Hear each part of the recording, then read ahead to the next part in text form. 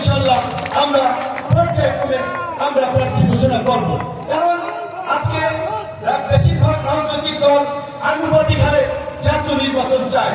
সেখানে যদি পুরো নির্বাচন সংখ্যানুপাতিক পদ্ধতিতে কিংবা আনুপাতিক হারে নাও হয়, জাতীয় ঐক্যমত্য কমিশনের আলোচনায় উচ্চকক্ষে আনুপাতিক হারে প্রতিনিধিত্ব নিশ্চিতের যে বিধানটি করা হয়েছে, আমরা যদি সারা দেশে 20% ভোট পাই, তাও আমাদের উচ্চকক্ষে 20 জন প্রতিনিধি থাকবে।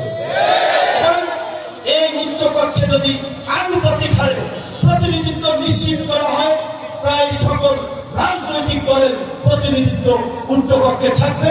একটি ভাইব্রেন্ট এবং একটি কার্যকর পার্লামেন্ট হবে। সেই জন্য আমরা বলেছি নিম্নকক্ষে না হওয়ার জন্য উচ্চকক্ষে আগামী নির্বাচন এবং আগামী সংসদে যেন পিআর পদ্ধতিতে প্রতিনিধিত্ব নিশ্চিত করা হয়।